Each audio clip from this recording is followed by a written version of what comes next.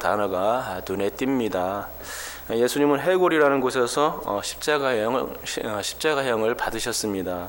이 해골은 예루살렘의 외곽 지역에 위치해 있었을 것인데 작은 언덕이었습니다. 그곳에서는 많은 사람들이 죽어갔고 해골들이 여기저기서 뒹굴어 다녔을 것입니다. 뿐만 아니라 그곳 지형은 정말로 해골 모양 같았을 것이라고 또 추측도 합니다. 아람어로는 이곳이 골고다이며 영어로는 갈보리라고 말하죠. 예수님은 이곳 갈보리 언덕에서 돌아가셨습니다. 로마인들이 유대인들을 가혹하게 죽였던 곳, 그것은 바로 갈보리였습니다. 그것은 유대인들의 피가 서려 있는 곳이었고 그것은 로마인들에 대한 분노로 얼룩져져 있는 곳이었습니다. 보통 그것은 로마의 위협적인 인물들을 사형시켰던 장소이기에 우리로 치자면 그것은 안중근 의사와 같은 독립투사들이 죽어갔던 장소라 하겠습니다. 그러기에 그 갈보리 언덕을 지날 때마다 사람들은 독립과 해방을 생각하게 되었을 것이 분명하고 또 그런 일을 해줄 메시아를 고대했을 것이라 생각합니다. 그런데 그렇게 해방의 의미가 깃든 그곳에서 예수께서 돌아가신 것입니다. 예수께서 이 땅에 오신 이유도 해방 아닙니까? 예수 그리스도는 마귀 사탄의 노예로 살아가는 이 땅의 수많은 사람들을 위해서 그들을 사탄에게서 해방시키시고 또 죄의 멍에로부터 해방시켜 주시려 오신 것입니다. 다른 말로 하자면 예수께서는 메시아로 오신 것입니다. 메시아 역할이 바로 이 해방입니다. 메시아로 오신 주님은 우리를 죄와 사망의 권세에서 건져내어 주시고 또 사탄의 소나기에서 해방시켜 주시려 오신 것입니다. 우리가 일제 36년간의 지배하에 있다가 1945년에서야 해방되었는데 그때 얼마나 기뻤습니까? 모두들 다 태극기를 들고 나와서 대한 독립 만세를 외치며 탄성을 질러댔습니다. 그러니까 예수께서 해방의 일을 하셨다는 것은 우리가 100번 1000번 탄성 지를 엄청난 일이라는 것입니다. 갈보리는 이처럼 해방이라는 의미가 서려 있는 곳입니다. 예수께서 그 해방의 자리에 서 계셨던 것입니다.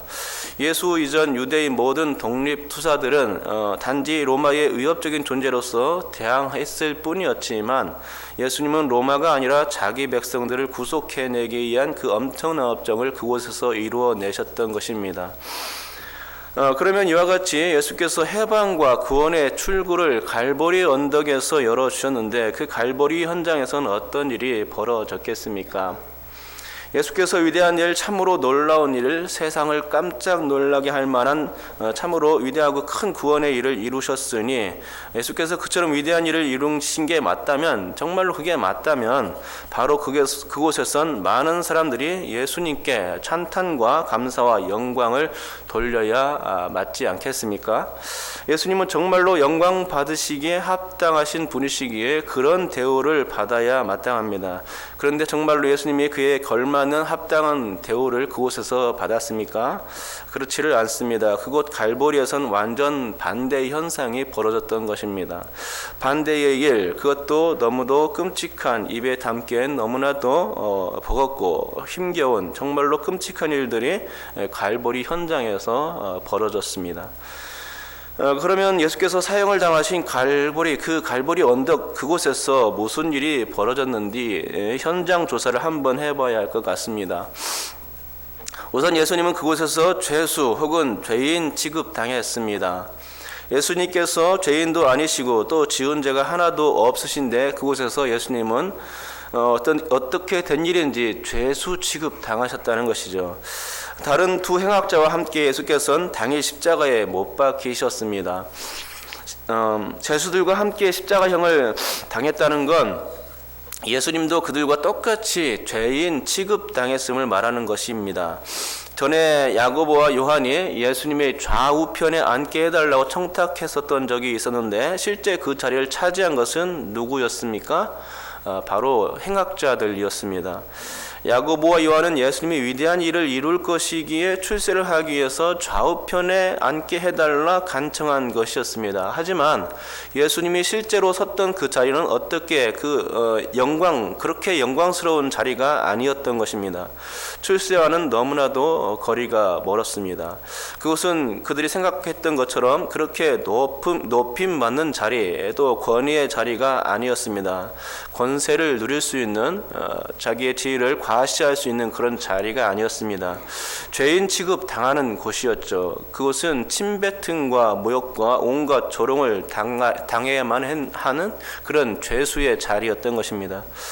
둘째로 갈보리는 예수님이 사기꾼처럼 된 곳이었습니다. 38절에 보면 예수님의 머리 위에 유대인의 왕이라고 쓴 죄패가 그런 내용을 암시해 줍니다. 유대인의 왕이라고 하더니 저가 진짜 유대인의 왕이었던가? 지나가던 사람들, 구경꾼들에게 있어 유대인의 왕이라는 그 명패는 그렇게 나쁜 의식을 심어주기에 아주 충분한 거였습니다. 유대인의 왕은 예수가 사기꾼일 수밖에 없다는 내용의 암시였다는 것이죠. 유대의 종교 지도자들은 저가 남은 구원하였으되 자기는 구원할 수 없다며 예수님을 헐뜯었습니다. 무능한 예수를 조롱했던 것입니다. 말로는 다 하는데 실제로는 아무것도 못하는 허경영 같은 사람처럼 치부했던 것입니다. 이스라엘의 왕 그리스도가 지금 십자가에서 내려와 우리가 보고 믿게 할지어다 라며 거기에 모인 무리들조차 예수님을 거짓 왕 혹은 가짜 그리스도라 하며 질타하고 헐뜯었습니다. 예수님이 이스라엘의 왕이나 유대인의 왕일 리가 없다는 것이었습니다. 그리고 대제사장들이 빌라도에게 유대인의 왕이라 쓰지 말고 자칭 유대인의 왕이라 쓰라 요구하기에 이릅니다. 이때 빌라도는 내가 쓸 것을 썼다라며 잘라 말했는데 대제사장들의 논조는 예수가 사기꾼임을 사람들에게 옳게 알려야 한다는 그런 논조였던 것이죠. 셋째로 갈보리는 굴욕적인 현장, 굴욕적인 곳이었습니다. 십자가형을 받을 당시 예수님은 갈보리에서 온갖 수모를 다 겪어야만 했습니다. 일단 비참하게 죽어가는 모습, 그리고 아주 조금씩 죽어가는 그 모습을 사람들에게 보여주어야만 했다는 겁니다. 그게 십자가형의 특징이죠. 내가 죽는데 사람들이 그 죽는 모습을, 그것도 처참하게 죽는 모습을 보여줘야만 하는 것입니다. 이 일이 당사자의 일이라면 얼마나 슬픈 일입니까? 동물원의 원숭이 같이 된 것입니다.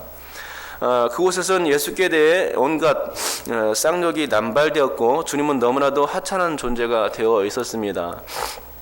입고 있던 옷은 발가 벗겨졌고 여인들과 구경꾼들 앞에서 수치를 당해야만 했습니다. 군병들에게선 예수님의 그 옷을 서로 가지려고 제비뽑기 하는 모습이 연출되었으니 예수님은 그 가지고 있던 모든 것을 빼앗긴 꼴이 되었습니다.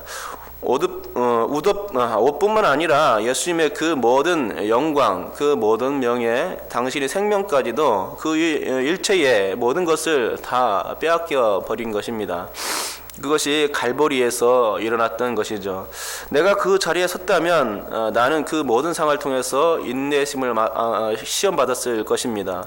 자존심이 바닥을 치는 장소가 되었을 것입니다. 그러나 어디에도 하소연할 곳이 없는 혹독한 갈보리였기에 주님께서는 단지 이런 모든 어처구니 없는 상황을 가만히 내려다보시며 힘겹게 그 일을 감당하셔야만 했던 것이죠. 그날은 너무나도 비참했고 너무나도 냉혹했습니다. 찬바람만 쌩하게 불어댔습니다. 사람들은 예수에게 비수를 던졌고 독소를 뿜어냈습니다. 이제 예수는 영락없이 죄수요 사기꾼이요 굴욕의 사람이 되어 있었습니다. 하지만 여러분, 예수께서 진짜 죄수요 사기꾼이며 굴욕을 받아서 마땅한 자였습니까? 그렇지 않습니다. 오히려 정반대였습니다. 예수님은 일부러 죄인의 모습으로 죽으신 것일 뿐 결코 죄인이 아니셨습니다. 자 보십시오. 죽어가는 그가 정말 악하다면 그는 죽어갈 때에 자신의 본 모습을 드러낼 것이 분명합니다. 그래서 자신을 그렇게 만든 세상을 욕하거나 자신을 지금 사형시키는 저 사람들을 대하여 사악한 발악을 해대며 죽어갈 것이 분명한 것입니다. 그런데 예수님의 모습을 보시기 바랍니다. 예수님은 자신이 죽어지는 그 장소, 그 현장에서 너무나 선하신 모습을 보여주고 있었다는 것입니다. 예수께서 십자가에 못 박히셨을 때에 하신 그 첫 번째 말씀이 이를 증명해 주고 있습니다. 우리 다 같이 34절을 한번 읽어보겠습니다. 읽겠습니다. 시작. 이에 예수께서 이르시되 아버지 저들을 사하여 주옵소서 자기들이 하는 것을 알지 못함이니이다 하시더라. 그들이 그의 옷을 나눠 제비 뽑을세. 아버지 저들을 사하여 주옵소서라는 이 말씀은 죄수가 입에 담을 그런 소리가 아닙니다. 십자가형이라는 그 혹독한 자리에서 결코 나올 수 없는 소리입니다. 말할 수 없이 고통스러운데 어찌 용서의 메시지가 입 밖으로 나올 수 있겠습니까?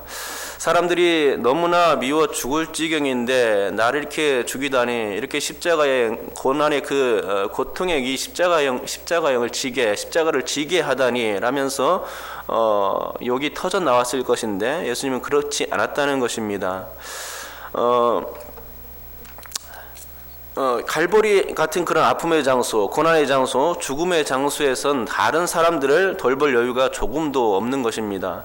그런데 주님은 자신의 사정을 아는지 모르는지, 아니 정말 당신의 사정을 모르는 것인지 당신보다는 당신에게 위협을 가하고 매질하며 누명 씌우고 죽이는 저들을 향해서 입술을 여신 것입니다. 뭐라고 말씀하셨습니까?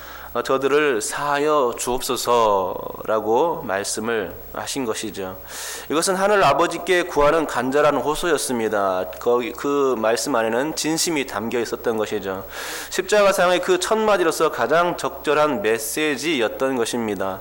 왜냐하면 당신께서 메시아라는 사실을 이 한마디로서 드러내신 것이 되었기 때문입니다. 해방을 가지러 오신 분이 그런 메시지를 하실 수 있었던 것이죠. 곧 이사야가 예언한 고난당하는 메시아의 모습이 그 첫 번째 그 십자가상의 말씀을 통해서 드러났고, 그것이 바로 진정한 메시아의 상, 예수님의 모습이었던 것입니다. 이사야서 53장 1절부터 5절 말씀을 제가 한번 읽어드리겠습니다. 우리가 전한 것을 누가 믿었느냐? 여호와의 팔이 누구에게 나타났느냐? 그는 주 앞에서 자라나기를 연한 순 같고 마른 땅에서 나온 뿌리 같아서 고운 모양도 없고 풍채도 없은즉 우리가 보기에 흠모할 만한 아름다운 것이 없도다.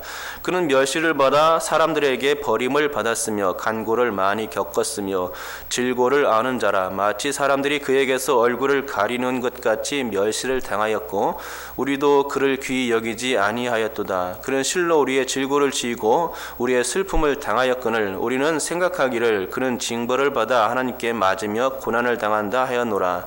그가 찔림은 우리의 허물 때문이요 그가 상함은 우리의 죄악 때문이라. 그가 징계를 받음으로 우리는 평화를 누리고 그가 채찍에 맞음으로 우리는 나음을 받았도다. 아멘. 너무나 귀한 말씀이 아닐 수 없습니다. 이 말씀은 예수께서 그대로 실천하신 말씀이 되었습니다. 갈보리에서 고난당하시는 그 메시아의 예언이 예수님을 통해서 그대로 성취된 것입니다. 사람들은 예수를 죄인 취급, 죄수 취급했지만 예수님이 그렇게 된 것은 단지 말씀을 성취하기 위함이었던 것입니다. 정말 예수가 죄를 지어서 그런 게 아니라는 말이지요. 우리 주님이 죄수 취급당한 것은 세상 사람들이 죄를 짊어지고 대신 죽어주시기 위함이었던 것입니다. 예수님이 그렇게 죄를 뒤집어 쓰지 아니하면 사람들이 죄로부터 해방될 수 있는 길이 없기에 구원의 길을 마련하기 위해서 예수께서 죄를 상징하는 십자가를 지시게 된 것이었습니다. 나무에 달린 자마다 저주를 받은 자라는 신명기의 말씀이 그대로 예수님께 적용됨으로 인해 예수께서는 저주의 대상이 된 것입니다.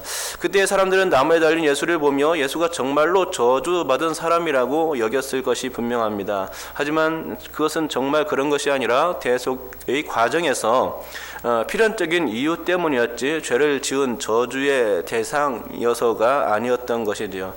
예수님은 사기꾼이 아니었습니다. 사람들이 유대인의 왕, 자칭 유대인의 왕이라며 놀렸을 것이지만 주님의 십자가의 히브리어와 로마어 그리고 헬라의 이 세계 3개국어로서 유대인의 왕이라는 죄표가 쓰였다는 것은 예수님이 정말로 유대인의 왕이었음을 증명하는 증거였습니다. 예수님이 사기꾼이 아니었음을 이 죄표가 증명해 준 것입니다. 예수님이 죄수나 사기꾼이 아닌 것을 그것을 읽는 모든 사람들이 알 수 있도록 여러 언어로 확인시켜 준 것이라 하겠습니다. 뿐만 아니라 예수님께서 당한 온갖 굴욕은 사실 이사야 예언처럼 사람들의 허물과 죄악 때문이었는데 그렇게 굴욕과 치욕을 당하신 것은 우리에게 평화를 주시고 나음을 얻게 하기 위함이었음을 알아야 합니다. 굴욕과 치욕은 우리를 허물과 죄악으로부터 해방시켜 주기 위한 하나의 장치였던 것입니다. 그러니까 갈보리 골고다는 이제 예수로 인하여 더 이상 해골이 될 수 없게 된 것입니다. 갈보리는 마른 뼈들이 하나님의 군대가 되는 에스겔의 예언처럼 해골이 생명을 입는 장소로 돌변하게 된 것입니다. 누구 때문이었습니까? 바로 예수님 때문이었습니다. 예수께서 십자가에 못 박혀 죽으신 그곳은 죽음의 장소가 아니라 이제 생명의 장소가 될 수 있게 된 것입니다. 맞습니다. 예수님이 계신 곳에는 생명이 있습니다. 아무리 해골이 쌓여가고 죽음의 음산한 기운이 가득 찬 그 어느 곳이라 하더라도 상관이 없습니다. 마치 죽음과 같은 씨앗들이 생명의 싹을 틔우는 것처럼 주님이 계시기만 하면 그곳은 생명의 현장, 생명의 기운으로 약동하는 현장이 됩니다. 죽음이 물러가고 생명이 움트는 현상, 그것은 오로지 예수님을 믿을 때만 가능한 현상입니다. 그러므로 우리는 예수를 믿는 사람들로서 예수의 생명이 약동한 자들이 된 것입니다. 그러니 생명의 냄새를 피우는 자들이라 할 수 있겠지. 우리는 절대로 죽음의 냄새를, 음산한 기운을 퍼뜨리는 사람들이 아니지요. 생명의 냄새, 생명의 향기로 가득한 사람들이 된 것입니다. 세상 사람들은 죽음의 냄새를 피우지만 예수 믿는 자들은 예수님의 그 갈보리의 그 현장, 그 이후로 생명이 내 안에 있어 생명꽃이 활짝 피게 되는 것이고 생명의 냄새를 피우는 것입니다. 그리고 그리 된 것은 예수께서 우리를 십자가에서 해 주셨기 때문에 가능했던 것입니다. 곧 저들을 사하여 주옵소서라는 그 주님의 말씀은 해방의 의미였고 생명 보장의 의미였음을 알아야 합니다. 그러므로 이제 예수의 생명으로 충만한 우리가 해야 할 일은 오직 그리스도의 죽음이 헛되지 않게 그분을 전하는 일이 될 줄 믿습니다. 이러한 은총의 사역, 생명의 사역을 예수를 인하여 감당할 수 있는 여러분이 될 수 있기를 주님의 이름으로 축복합니다. 기도하겠습니다. 하나님 아버지 감사합니다. 주님은 우리를 위하여서 모든 죄를